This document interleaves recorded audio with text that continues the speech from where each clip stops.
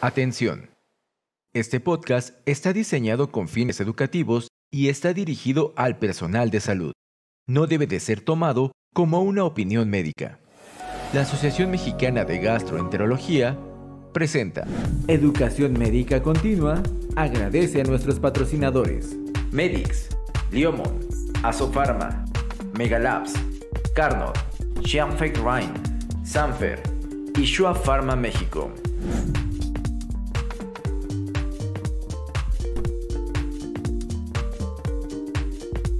Gastroperlas AMG, conducido por el doctor Jorge Roldán.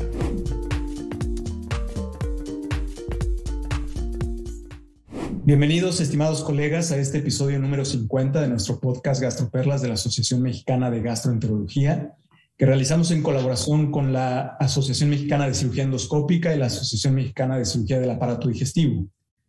El día de hoy tenemos el placer de contar con dos excelentes especialistas para platicar sobre un tema muy interesante que atendemos en común tanto el cirujano como el gastroenterólogo. Hablaremos sobre pancreatitis aguda. Agradecemos la participación del doctor Oscar Chapa Azuela, cirujano con entrenamiento en cirugía hepatopancreato-biliar en Francia, cirujano del Hospital General de México, así como al doctor Miguel Motola Cuba, gastroenterólogo con alta especialidad en endoscopía en el INCAN, gastroenterólogo del Hospital General de México. Comenzaremos comentando que la pancreatitis aguda es un diagnóstico común cuya incidencia ha ido en aumento y actualmente alrededor del 80% de los pacientes va a tener un cuadro leve. Sin embargo, tenemos algunos pacientes que van a tener una forma grave de la enfermedad y la mortalidad puede llegar a alcanzar incluso hasta un 50%. De ahí la relevancia de establecer un diagnóstico y un manejo adecuado desde el inicio. Quisiera empezar preguntándole, doctor Motola, ¿qué es la pancreatitis aguda y cómo realizamos el diagnóstico? Bueno, para hacer el diagnóstico de pancreatitis aguda requerimos 2 de 3 requisitos. Un requisito es la elevación de amilasa o lipasa más de 3 veces de lo normal, del límite normal superior. Y también el dolor abdominal, ¿no? El dolor abdominal debe ser un dolor en epigastrio, transfictivo, sumamente intenso.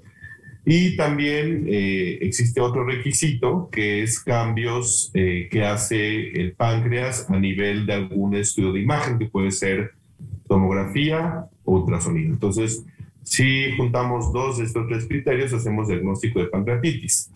Sin embargo, la gran mayoría de los pacientes van a acudir a un hospital por el dolor. Entonces, más del 99% de los pacientes va a tener dolor, ¿no? Más cualquiera de esos 2 otros requisitos. Entonces, lo que nos debe de quedar claro es que con que cumpla 2 de esos 3 requisitos, el diagnóstico se establece. Doctor Chapa, ¿cuáles son los factores que dan origen más comúnmente a un cuadro de pancreatitis aguda? Es decir, ¿cuáles son las etiologías más comunes? Gracias, Jorge, por la invitación y gracias por la pregunta. Bien, entiéndase como factores etiológicos, es decir, el factor que puede estar desencadenando la pancreatitis, que por definición es una enfermedad muy compleja, con un curso muy variable y de muy difícil predecir si el paciente va a ir, como tú dices, a ese 80% de pancreatitis leve o se va a perfilar a ese 20% de pancreatitis grave. Es un punto muy importante en el manejo de estos pacientes. En general, la epidemiología puede variar de país a país, pero se acepta que las 2 principales causas de pancreatitis aguda en la mujer es la litiasis vesicular o la enfermedad litiásica de los conductos biliares, y en el hombre el consumo excesivo de alcohol. Esas 2 causas en general se considera que abarcan el 70 o el 80% de las pancreatitis agudas.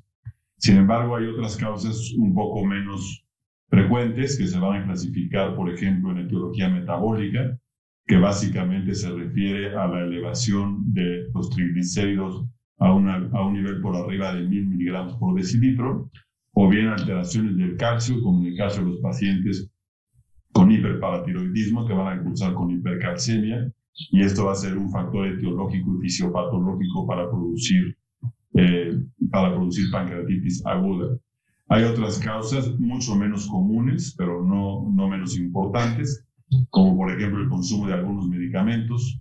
Se mencionan más de 500 medicamentos que pueden estar en relación a un cuadro de pancreatitis aguda. Sin embargo, solamente en 30 de ellos se ha demostrado una relación directa con la pancreatitis aguda.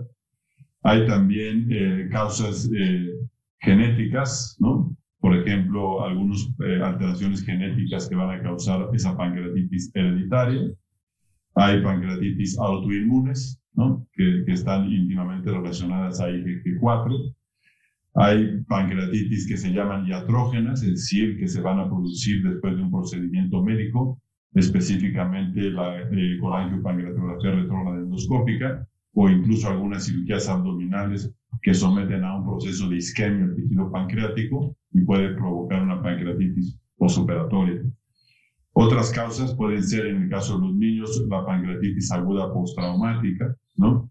Y bueno, básicamente eso podría abarcar el 100% de las causas y un pequeño porcentaje que se va a considerar como pancreatitis idiopática, que van a ser aquellos pacientes en los que no es posible determinar alguna de las causas que ya mencioné y que habrán que ser sometidos a investigaciones un poco más profundas para determinar las causas. Quisiera yo agregar que este origen multifactorial de la pancreatitis aguda es justamente lo que nos hace determinar que tengamos muy claro cuál es nuestro abordaje de diagnóstico que vamos a hacer para los pacientes. Doctor Chapa, ¿cómo vamos a diferenciar entre un cuadro de pancreatitis aguda leve de un cuadro severo? Bien, muy bien. Como dijo el doctor Motola, prácticamente todos los pacientes van a consultar, sobre todo a una consulta de urgencias por dolor abdominal. Y ahí tendremos que establecer el protocolo diagnóstico de un paciente con dolor abdominal, que en la mayoría de los casos va a incluir un ultrasonido abdominal, que en el caso de la sospecha de una pancreatitis aguda de origen biliar, pues es el estudio de elección de primera opción para estos pacientes. ¿Por qué? Porque si bien no es el estudio ideal para visualizar el páncreas, sí es el estudio ideal para visualizar la vesícula y los conductos biliares. Nos pueden dar una muy buena idea de si la etiología es biliar. El resto de las etiologías se va a poder obtener a través del interrogatorio, de una muy buena historia clínica, para determinar si el paciente tiene alguno de los factores etiológicos o de riesgo que mencioné anteriormente.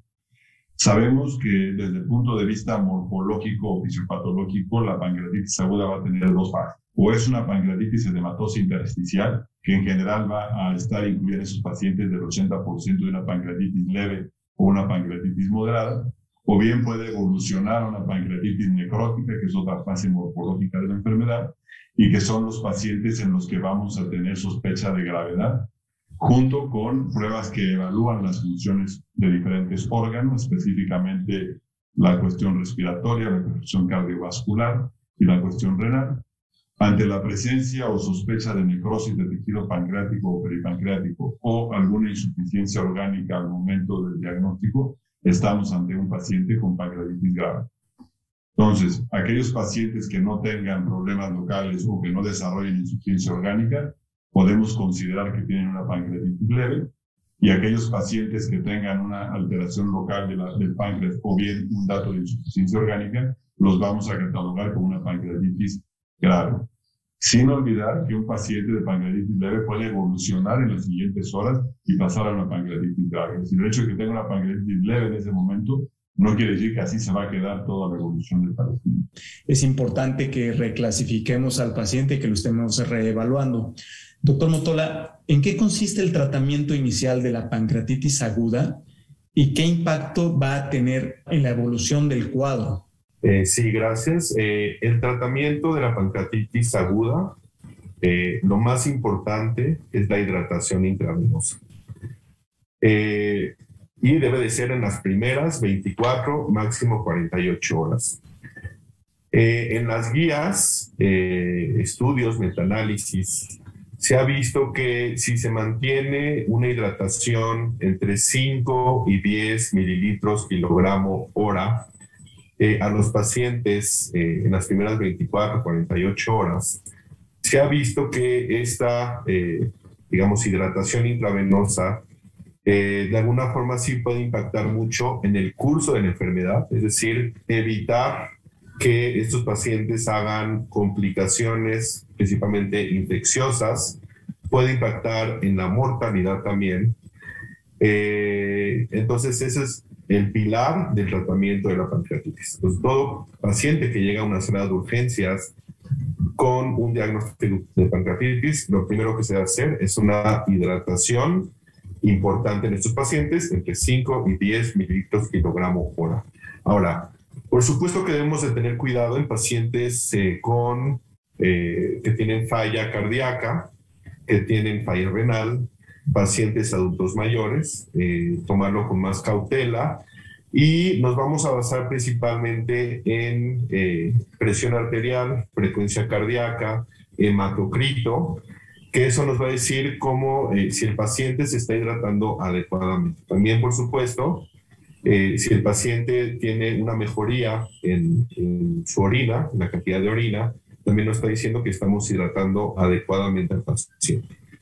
Pero si tenemos pacientes jóvenes sin ninguna comorbilidad, podemos hacer esta hidratación intravenosa que podría cambiar mucho el curso de la enfermedad. Creo esto en lo que hace un poco de énfasis las guías clínicas más recientes sobre el tratamiento por metas. Y claro, haciendo un énfasis importante en lo que es la hidratación intravenosa. Mencionaba, doctor Chapa, hace un momento sobre en el curso de la enfermedad de la pancreatitis, que vamos a tener dos tipos de pancreatitis, la pancreatitis edematosa intersticial y la pancreatitis necrótica. Sabemos que alrededor de un 20% de los pacientes con necrosis pancreática van a desarrollar una infección. Sin embargo, el resto de pacientes aún con necrosis no desarrollan infección. ¿Qué nos puede comentar del uso de antibióticos en el caso de la pancreatitis? Como muchas otras cosas en la pancreatitis, el tema de la necrosis también es un tema muy caprichoso. Tenemos básicamente 4 escenarios en la historia natural de la necrosis pancreática. Uno de ellos es que permanezca sólida o bien que evolucione a un estado líquido. Como tú bien dices, una hoz que se mantenga estéril durante todo el proceso, y eso va a estar muy de la mano con el tipo de alimentación o de apoyo nutricional que le demos a este paciente, o bien que pueda tener un riesgo de infección, que sí es un elemento o es un factor que está íntimamente relacionado a la mortalidad de estos pacientes, y de ahí la importancia de poder manejar correctamente una necrosis infectada. Puede ser persistente o puede ser transitoria, o puede ser estable, es decir, que detectemos un 30% de necrosis al inicio del padecimiento y de repente evolucione a un 100% de necrosis. Hay mucha historia del tema del manejo de la necrosis infectada. Originalmente se consideraba que el antibiótico era benéfico para evitar este riesgo de infección. Hoy por hoy se considera que no. No se debe de utilizar un antibiótico profiláctico en pacientes con pancreatitis aguda, a no ser de que esté demostrada la infección. Y a veces para demostrar la infección tenemos solamente 2 o 3 herramientas, pudiéramos decir. Una es la procalcitonina, el nivel de procalcitonina de estos pacientes. Otra es la imagen tomográfica del tejido necrótico, que se sabe que puede ser patognomónico de infección de la necrosis cuando vemos burbujas de aire intercaladas en esta necrosis, que ojo, también se debe de estar vigilante ante el riesgo de una perforación de víscera hueca y que sea la responsable de la presencia de este aire o gas. Y la tercera es la tan llevada y traída punción percutánea con aguja fina para obtener una muestra de tejido y hacer una tinción de Gram y de pronto un cultivo. Yo diría que el uso de antibiótico hoy en la pancreatitis aguda no está indicado de manera profiláctica. Está solo indicado en pacientes que tenemos documentada la infección del tejido pancreático necrótico y que a veces hay escenarios clínicos que se contraponen, como podemos tener un paciente con pancreatitis aguda y colangitis. Entonces ahí la indicación del antibiótico será específicamente dirigida a la colangitis, no a la necrosis. Ya veremos más adelante que el factor más importante profiláctico para la infección, para la necrosis pancreática infectada, es la nutrición. Entonces, la respuesta es, no está indicado el uso de antibiótico profiláctico en estos pacientes, a excepción de que se demuestre que tiene una infección, ya sea por tomografía o por punción. ¿Cuál consideramos el momento adecuado para evaluar el inicio de la vía oral después de un cuadro de pancreatitis aguda? Bien, comentaba el doctor Motola que uno de los pilares del tratamiento de los pacientes con pancreatitis aguda es la reanimación hidroelectrolítica. El segundo pilar, sin duda alguna, es la nutrición, y lo tenemos que tomar en cuenta. La mayor parte de los pacientes con cuadros leves van a poder iniciar la vía oral, incluso a las 24 horas de iniciar el cuadro. Y en general se comenta, y es nuestra experiencia clínica en el Hospital General, cuando el paciente refiere que el dolor desapareció, que no refiere náusea y vómito, y que nosotros en la exploración física demostramos la presencia de un peristaltismo casi normal, es el momento de iniciar una dieta por vía oral en estos pacientes. Si el paciente tiene cuadro de vómito o persiste con dolor abdominal o persiste con un hígado, en ese momento tendríamos que esperar un máximo de 72 horas para reiniciar la dieta por vía oral. En caso de que a las 72 horas el paciente no cumpla estos requisitos, podemos echar mano de la aplicación de una sonda nasogástrica o nasoyeyunal para soportar a este paciente por vía enteral, que puede ser con dieta elemental o polimérica. Y solamente en aquellos casos en los que demostremos que hay total intolerancia al uso de la vía enteral, se considerará entonces el uso de la vía parenteral. También cabe la pena comentar que no importa que la amilasa y la lipasa no estén en límites normales antes de empezar la dieta, que lo más importante es el estado clínico del paciente. O sea, nosotros podemos tener 500 de lipasa todavía y eso no es una contraindicación para utilizar la vía oral para el apoyo nutricional. Y yo creo que es bien importante que recalquemos que la elevación que tenga de las enzimas pancreáticas no nos habla de severidad. Y además, incluso hay muchos estudios recientes que nos comentan que ya ni siquiera es necesario repetirlo en el curso de la hospitalización si ya tenemos el diagnóstico. Como bien nos comenta el doctor Chapa, la nutrición enteral siempre va a ser preferible en estos pacientes. Sin embargo, doctor Motola, ¿qué nos puede comentar de este pequeño grupo que al final de cuentas es menor, que sí va a requerir que consideremos una nutrición parenteral? Gracias. Se ha visto que se han comparado pacientes a los cuales se les da nutrición enteral contra parenteral.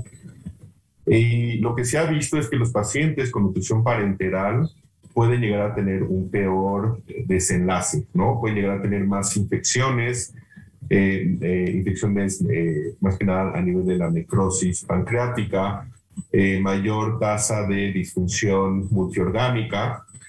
Pero bueno, entonces lo que nos mencionan las guías, los expertos, más que nada es iniciar, como dice el doctor Chapa, lo antes posible la nutrición enteral. Incluso mencionan colocar sondas nasogástricas, sondas nasoyeyunales antes de empezar una nutrición parenteral.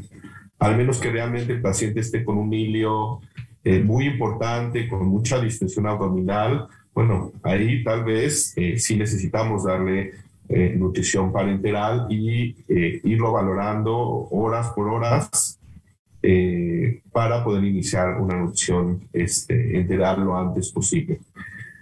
¿Cuál es la fisiopatología en cuanto a esto? Se ha visto que los pacientes que están con nutrición parenteral tienden a hacer más translocación bacteriana.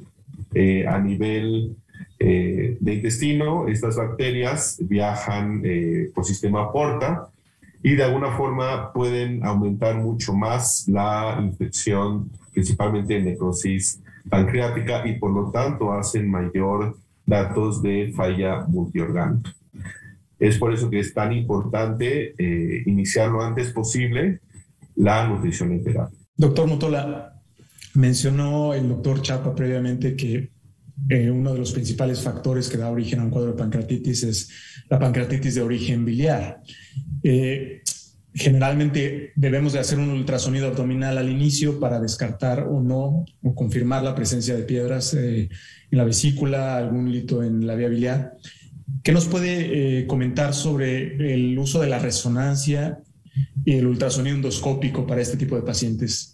Si nosotros sospechamos que el paciente tiene coledocolitiasis, que de hecho hay ciertos criterios que nos dicen que hay alta probabilidad de que tiene el paciente coledocolitiasis y además el paciente tiene colangitis, estos pacientes deben ir directo a CEPRE, ¿no? Porque lo único que hacemos es dejarlo evolucionar a peor. Entonces, si tiene colangitis, y bueno, seguramente tiene coledocolitiasis, hay que hacerle sepre. Ahora, están los casos en donde no nos queda claro si tiene o no coledocolitiasis. Entonces, estos casos, idealmente hay que hacerles colangioresonancia magnética o puede ser ultrasonido endoscópico. Han habido muchos estudios que comparan ambos estudios y se ha visto que el ultrasonido endoscópico, más que nada en manos expertas, porque acordémonos que el ultrasonido endoscópico es muy operador dependiente. Si lo hacemos en manos expertas, se ha visto que tiene mucho mayor, bueno, no mucho más, pero un poco más de mayor sensibilidad y especificidad para diagnóstico de coledocolitiasis. ¿Por qué? Porque se pueden detectar litos más pequeños, menos de 2 milímetros, cosa que a veces la resonancia no nos los dice. Por supuesto que va a depender lo que tengamos cada quien en los hospitales, ¿no? Entonces, si no hay ultrasonido endoscópico, que en muchos hospitales no lo hay, la resonancia magnética es un excelente estudio. Entonces, siempre considerar en un paciente, más que nada, que no está mejorando, no evoluciona bien, está teniendo mayor datos de respuesta inflamatoria sistémica y además tiene datos de una coledocolitiasis, pues hay que evidenciarlo con una resonancia y posteriormente hacer una sepsis. Ahora, otra cosa en cuanto a pancreatitis biliar que sería importante mencionar. La ALT o la TGP en las pruebas de función hepática tiene un valor predictivo positivo muy elevado, hasta del 95-97% para diagnóstico de pancreatitis biliar. Entonces, si tenemos un paciente que tiene elevación de la ALT o la TGP en sus pruebas de función hepática, es muy probable que tenga pancreatitis biliar. Entonces, también para que nos oriente hacia dónde va el caso, porque a veces tiene triglicéridos normales, calcio normal, no tomo alcohol, ¿no? Entonces, para ir buscando cosas, y bueno, si tiene una elevación más de 150-200, hay que sospechar pancreatitis biliar y si el paciente no está mejorando, tiene datos de colangitis, ya dependerá si le hacemos sepre o le hacemos un estudio previo a hacer ultrasonido endoscópico o resonancia magnética. De acuerdo. Creo que aquí es importante también que mencionemos que muchas veces estos pacientes que tienen y cursan con un cuadro de pancreatitis biliar, en muchas ocasiones el lito que fue el causante del cuadro de pancreatitis ya no va a estar presente después de las 24 o 48 horas. La posibilidad de que el lito se encuentre en la vía biliar disminuye a 30% aproximadamente a las 24 horas y a menos del 10% a las 48 horas. Entonces, esto nos llevará al siguiente punto de ya sabemos que si el hito pasó pero fue la causa, tenemos que darle tratamiento al origen. Doctor Chapa, ¿en qué momento debemos indicar tratamiento quirúrgico en el caso de la pancreatitis biliar leve para extirpar la vesícula? Bien, esto está más o menos estudiado en pacientes con pancreatitis leve y que el cuadro remitió. La colecistectomía debe de ser realizada en el mismo internamiento, ya que se sabe que si yo doy de alta a este paciente para una cirugía diferida de vesícula, el riesgo que tiene ese paciente de hacer un cuadro nuevamente de pancreatitis en los siguientes 2 meses es casi del 10%, sin tomar en cuenta que el paciente puede regresar a urgencias, si no con pancreatitis y con un cuadro de colecistitis, ¿no? Esa es una de las razones por las cuales en los pacientes con pancreatitis biliar leve debe de hacerse la colecistectomía en el mismo internamiento. También hay estudios que han seguido a estos pacientes durante 5 años que por alguna razón no les hicieron colecistectomía y se ha visto que el riesgo de que haya una pancreatitis biliar recurrente es hasta del 25%. La discusión viene ya cuando la pancreatitis fue moderada o fue grave, entonces se menciona que hay que hacer una colecistectomía de intervalo para esperar a que el paciente mejore sus condiciones y el plazo que se propone son 6 semanas y después de 6 semanas evaluar si existen complicaciones locales de la pancreatitis, específicamente pseudoquistes, para que en un momento dado pueda hacerse al mismo tiempo el tratamiento de esta conexión o pseudoquiste con la colecistectomía. La pancreatitis grave no es lo mismo que sea una pancreatitis grave por complicaciones locales de la pancreatitis como es la necrosis infectada, la necrosis encapsulada o el pseudoquiste, a que se haya catalogado como pancreatitis grave solo por insuficiencia orgánica persistente, es decir, más de 48 horas. pero en general lo que marcan las guías hoy es esperar 6 semanas en aquellos pacientes con pancreatitis aguda grave de origen biliar, y es lo que podríamos recomendar para fines didácticos en este momento. Ya hablamos un poquito sobre la diferencia entre la pancreatitis edematosa intersticial y la pancreatitis necrótica. ¿Cómo describe, doctor Chapa, la progresión de un paciente que presenta una pancreatitis edematosa intersticial, la progresión de este estado a colecciones peripancreáticas y a desarrollar un pseudoquiste? ¿Cómo es este camino? Y al final de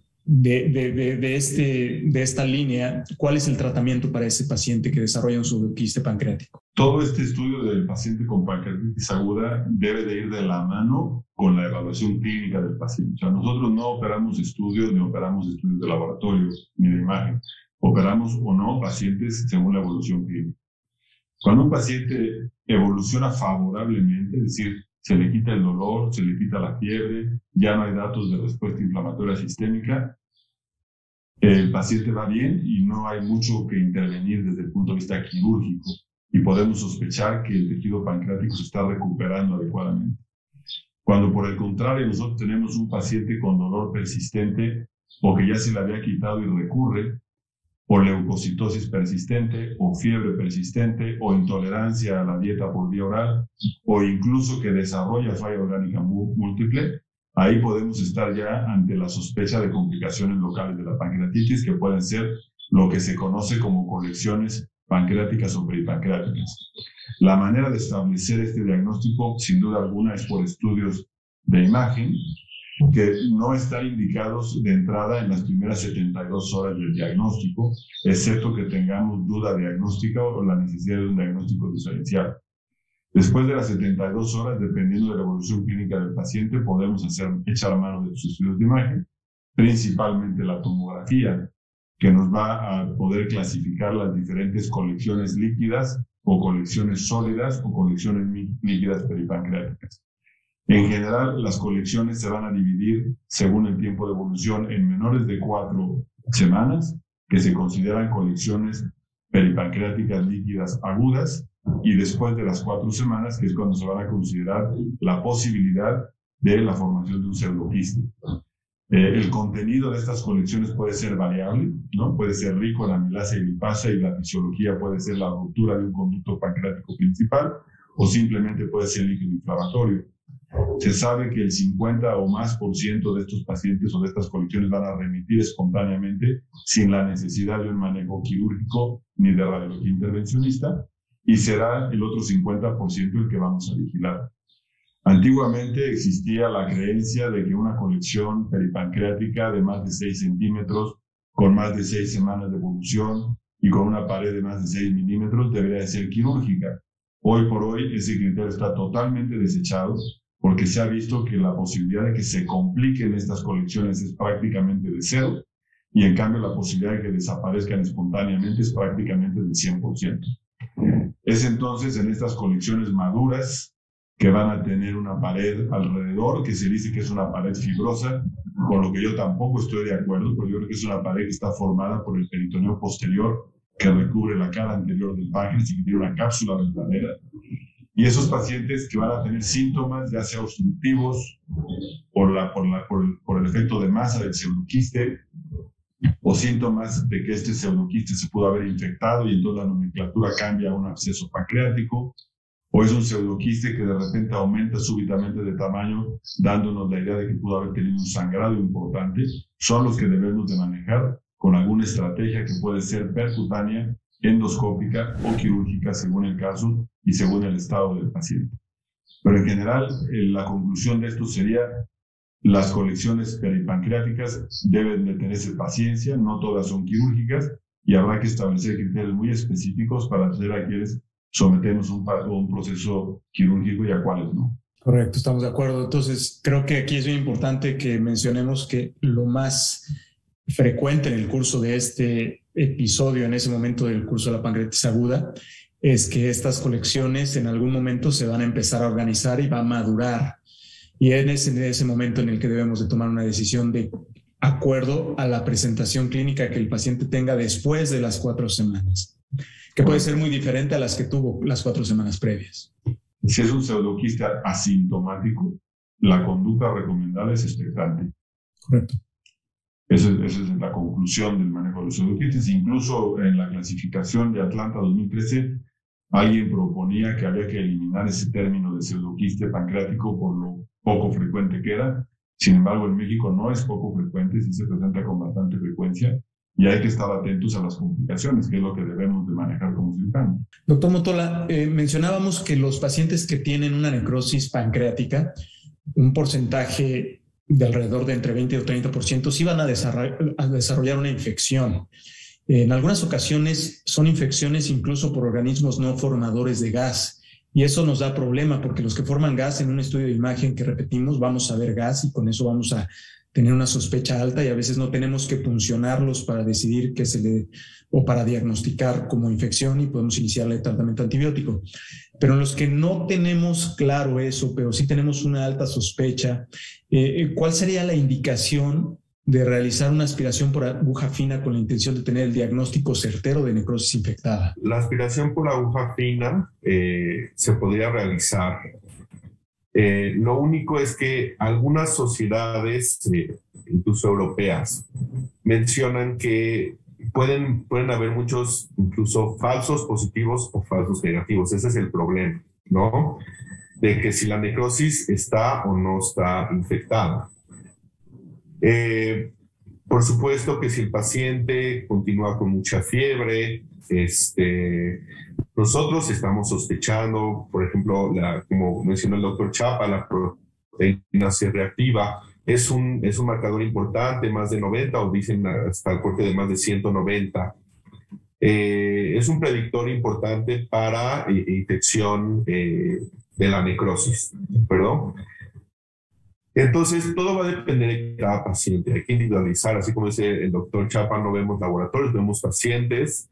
Y bueno, si vemos que el paciente está con fiebre, está con proteína C reactiva elevada, tal vez no podemos hacer esta biopsia por aspiración de aguja fina, que de igual forma el cultivo va a tardar en crecer, ¿no? Y el paciente va a ir evolucionando con un mal desenlace.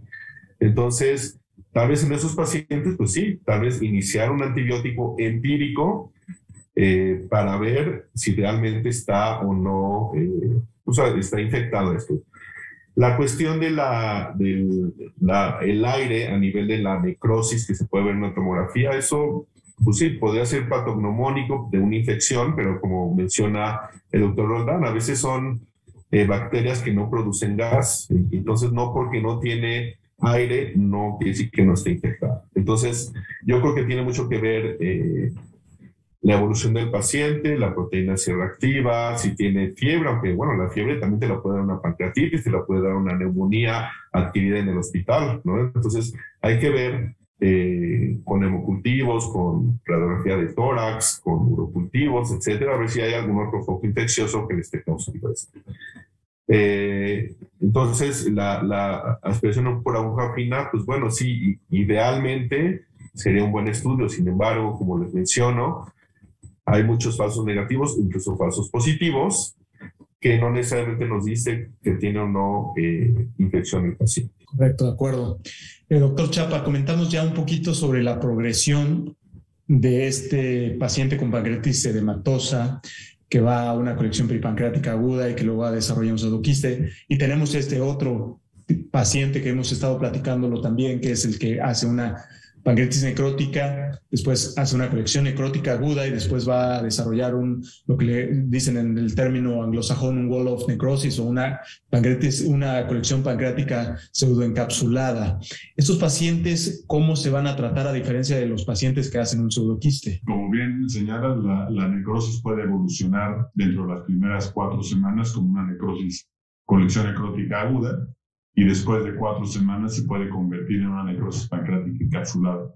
Es requisito que hayan pasado 4 semanas y esta necrosis pancreática encapsulada puede estar infectada o no. Es decir, eso hay que señalarlo importantemente. El hecho de que sea una necrosis encapsulada no necesariamente nos dice que está infectada.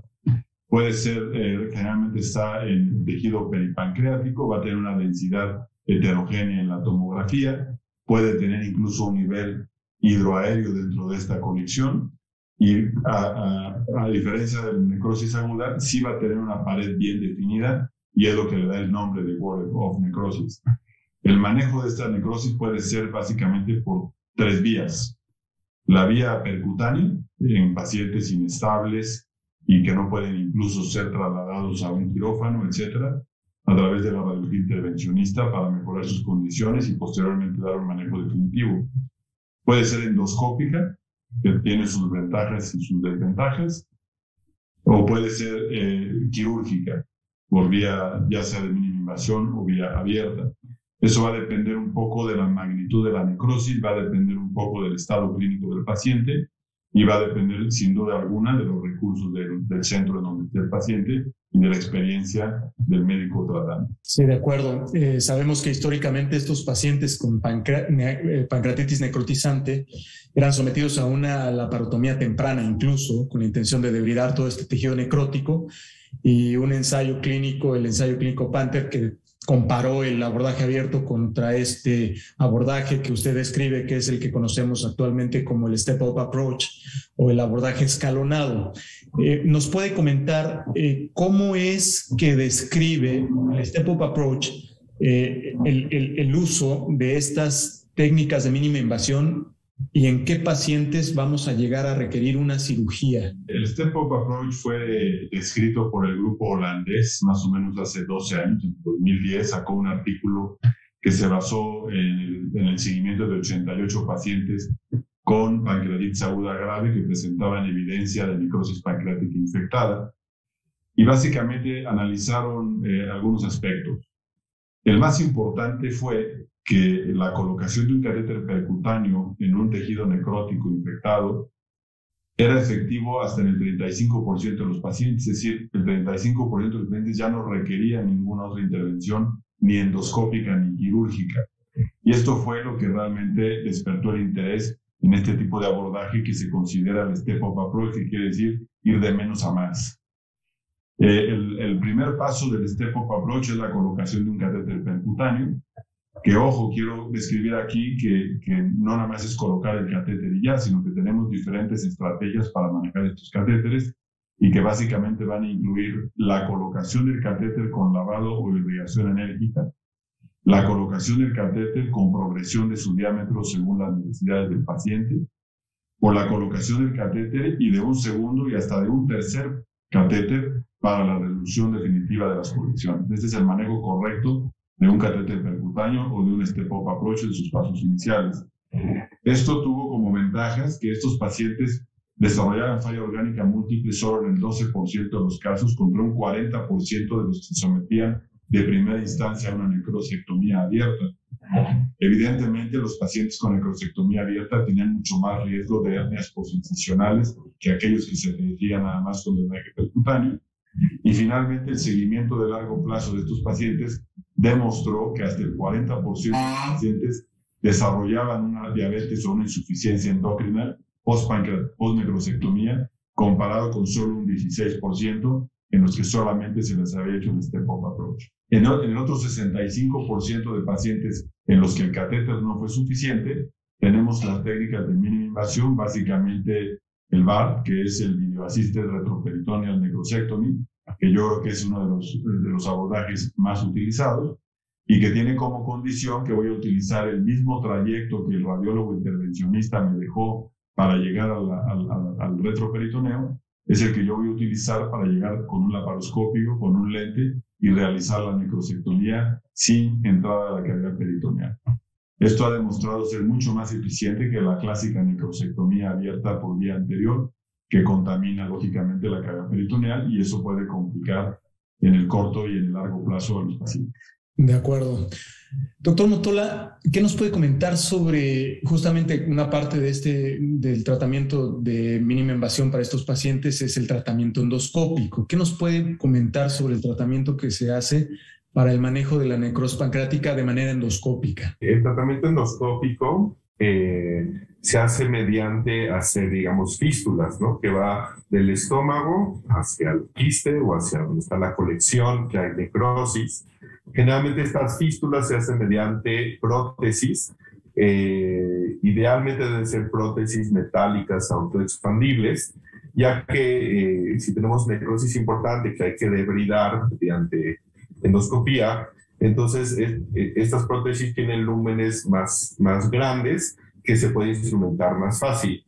Entonces, bueno, por supuesto se coloca la prótesis mediante ultrasonido endoscópico. Primero se hace una punción, posteriormente se hace una dilatación hacia el quiste y posteriormente ya se pone la prótesis. Y así se puede hacer debridaciones mediante endoscopía. También muchos colegas lo que realizan es colocar una sonda que va de la nariz al quiste para hacer lavados continuos, y eso se ha visto que mejora bastante para poder debridar bien la necrosis. Esto no se hace en todos los centros, eso se hace en centros sumamente especializados, ¿de acuerdo? Bueno, a los pacientes les va bastante bien, lo único es que estos pacientes requieren intervenciones un poco más frecuentes, ¿no? Por ejemplo, a comparación de la cirugía. Sin embargo, si es que se hace en un centro especializado, sí se ha visto que de alguna forma tiene menor estancia intrahospitalaria, tal vez menor tasa de complicaciones contra cirugía. Sin embargo, pues bueno, todo depende de la experiencia del centro y por supuesto del endoscopista. ¿Se consideran en la actualidad similares en cuanto a resultados? Una es un drenaje interno y la otra es un drenaje externo, que eventualmente es una vía que, como comentaba el doctor Chapa, nos sirve para hacer una debridación retroperitoneal a través del trayecto que nos dejaron los catéteres. Que esto es lo que hace es que permita que el paciente, la falla orgánica múltiple en la que se encuentra el paciente, pueda empezar a salir de ella para que después entonces tenga una reserva adecuada, si es que al final de todo, porque al final del camino puede llegar a requerir una cirugía. En este sentido, quiero preguntarle, doctor Motola, ¿cuáles son las recomendaciones de un paciente con una falla orgánica que se mantiene persistente? Y en este sentido, ¿cuál es el rol que tenemos de estas escalas de predicción de gravedad? La escala de BISAP es una buena escala para predecir de alguna forma si el paciente no va a evolucionar hacia una pancreatitis más severa. De igual forma, la escala de Apache, más que nada en pacientes que están en terapia intensiva, también es una buena escala. El único problema de Apache es que son muchos requisitos que requiere, ¿no? Cosa que la BISAP son cosas que lo podemos hacer muy fácil, junto a la cama del paciente, ver cómo está su estado mental, ciertos laboratorios, una radiografía de tórax. De una forma nos ayuda mucho a predecir cómo va a evolucionar el paciente. Lo que dicen que si es un Apache mayor de 8 es un paciente que lo más probable es que no va a tener una buena evolución. Y de igual forma, en cuanto a BISAP, mayor de 3 tampoco. Ahora, ¿qué hacer en pacientes que tienen una falla multiorgánica? Desafortunadamente, solamente son medidas de soporte, ¿no? O sea, medidas de soporte de hidratación, si requiere aminesaminas, intubación. Es muy importante la alimentación, como mencionábamos, si es posible, enteral, eso siempre va a ser lo ideal. Y pues bueno, ir viendo con tomografía si hay alguna poco de infección, haciendo cultivos, etcétera, ¿no? Entonces, yo me quedaría con BISAP y con Apache. Hemos enfocado casi toda la plática sobre la principal causa, que es la pancreatitis biliar, pero también tenemos un porcentaje de pacientes que cursan con una pancreatitis de origen alcohólica. ¿Qué criterios debe de cumplir un paciente para que se pueda diagnosticar como pancreatitis alcohólica? ¿Y qué intervención se recomienda para este tipo de pacientes, doctor Motola? Más que nada, los pacientes deben de tener una historia importante de haber ingerido alcohol. Sin embargo, muchos de los pacientes que vemos son pacientes con antecedentes de alcoholismo de larga evolución, que tienen ingesta de alcohol más de 150 gramos por día, casi diario, cada tercer día, que por supuesto tienen problemas sociales, económicos por la misma adicción. Entonces, lo que se recomienda, y lo recomiendan las guías de igual forma, es que siempre hay que tener una intervención importante a estos pacientes. Desde que está hospitalizado, incluso si es posible que un especialista en adicciones empiece a asesorar al paciente, sería ideal, y de igual forma, al regresar al paciente, mandarlo a un centro especializado de adicciones, de alcoholismo, Alcohólicos Anónimos, etcétera. Todo eso funciona para el paciente. Nosotros hemos visto en la consulta muchos pacientes con pancreatitis aguda por alcohol que, bueno, se la pasaron 3 semanas en el hospital, tal vez en terapia intensiva, y los vemos a los 4 meses en la consulta y ellos nos dicen que están nuevamente tomando alcohol. Entonces, es muy importante tratar esta parte de la adicción, porque lo único que vamos a hacer es que estos pacientes tengan pancreatitis crónica, ¿no? Si siguen teniendo tanta ingesta y cuadros agudos de pancreatitis por alcohol. Perfecto, doctor Notola. Pues es un tema definitivamente bastante extenso. Tratamos de tocar los puntos más interesantes en cuanto al diagnóstico y el tratamiento. Quisiera yo concluir pidiéndoles por favor a cada uno de ustedes que nos regale sus 2 perlas para hacia el auditorio. ¿Podemos empezar con usted, doctor Notola? Claro que sí. Pues bueno, la pancreatitis aguda ya la definimos. Debe de haber signo clínico de dolor, alteraciones a nivel del páncreas en tomografía, ultrasonido y elevación de amilasa y lipasa. En hipertrigliceridemia, si tenemos pacientes con triglicéridos más de 3,000, incluso hemos visto hasta de 5,000, muchos autores recomiendan iniciar bombas de infusión de insulina, que ayuda bastante a bajar esos triglicéridos. También anticoagular a esos pacientes con heparinas como la enoxaparina y una hidratación intensa y, por supuesto, darle los medicamentos como los fibratos, ¿no? Que eso va a ayudar mucho a estos pacientes. Si tenemos pancreatitis autoinmune, pues bueno, el tratamiento va a ser la prednisona, se da durante 1 mes y después se va desescalando los esteroides. La hidratación, como bien mencioné, de 5 a 10 mililitros kilo hora en las primeras 24 48 horas, solución Hartmann o Interlactato. Por supuesto, dar medicamentos para el dolor y pues bueno, todo dependiendo de la evolución del paciente, qué es lo que vamos a hacer, si requiere algún tratamiento endoscópico, algún tratamiento quirúrgico, si requiere antibióticos, según los hallazgos de tomografía o incluso de la biopsia por aspiración fina conjuntiva. Perfecto. Doctor Chapa, ¿nos puede regalar sus perlas a manera de conclusión? Claro, porque muchas gracias. Básicamente son 3 simples. Primero, vemos que la pancreatitis aguda puede ser prevenible si prevenimos el alcoholismo, si prevenimos el tratamiento oportuno de la diabetes vesicular y el tema del metabólico, ¿no? Entonces, sí hacer énfasis en que si detectamos pacientes con estos factores de riesgo, pues tratar de actuar en el terreno de la prevención y no de la curación. La segunda es que las primeras 48 horas del manejo de un paciente con pancreatitis aguda en un servicio de urgencias hacen la diferencia en la mortalidad. Si nosotros reanimamos correctamente a estos pacientes en las primeras 48 horas, la mortalidad global de la pancreatitis es tan baja como del 2%. Pero si no los reanimamos correctamente en estas primeras 48 horas, la mortalidad de pancreatitis puede incrementarse hasta en el 30%. Entonces, no menospreciar esta ventana de oportunidad para mejorar el pronóstico de los pacientes. Y una tercera que no puedo dejar de mencionar es, ojo, ante una colección o una neoplasia quística pancreática, tenemos que ser exhaustivos en el diagnóstico porque podemos correr el riesgo de confundir un pseudoquiste con una neoplasia quística con potencial maligno y ser tratada incorrectamente como pseudoquiste. Entonces, ante la duda de una colección o de una neoplasia quística pancreática, este paciente tendrá que estudiarse exhaustivamente para poder hacer un diagnóstico diferencial entre un pseudoquiste, que en muchos de los casos no existe antecedentes de pancreatitis aguda ni pancreatitis crónica, y que se puede confundir con una neoplasia quística que hoy por hoy se considera que cada vez es más frecuente su diagnóstico. Esas serían mis 3 recomendaciones importantes, Jorge, y muchas gracias por habernos invitado a participar en esta interesante entrevista. Pues muchísimas gracias y gracias nuevamente a ustedes por haber aceptado participar con nosotros. Muchas gracias a la asociación, al doctor Chapa y al doctor Roldán por la invitación. Esto fue Gastroperlas AMG.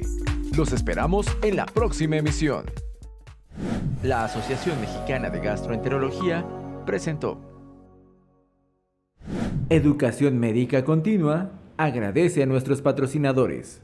Medix, Liomon, Asofarma, Megalabs, Carnot, Xianfeng Rhine, Sanfer y Shua Pharma México.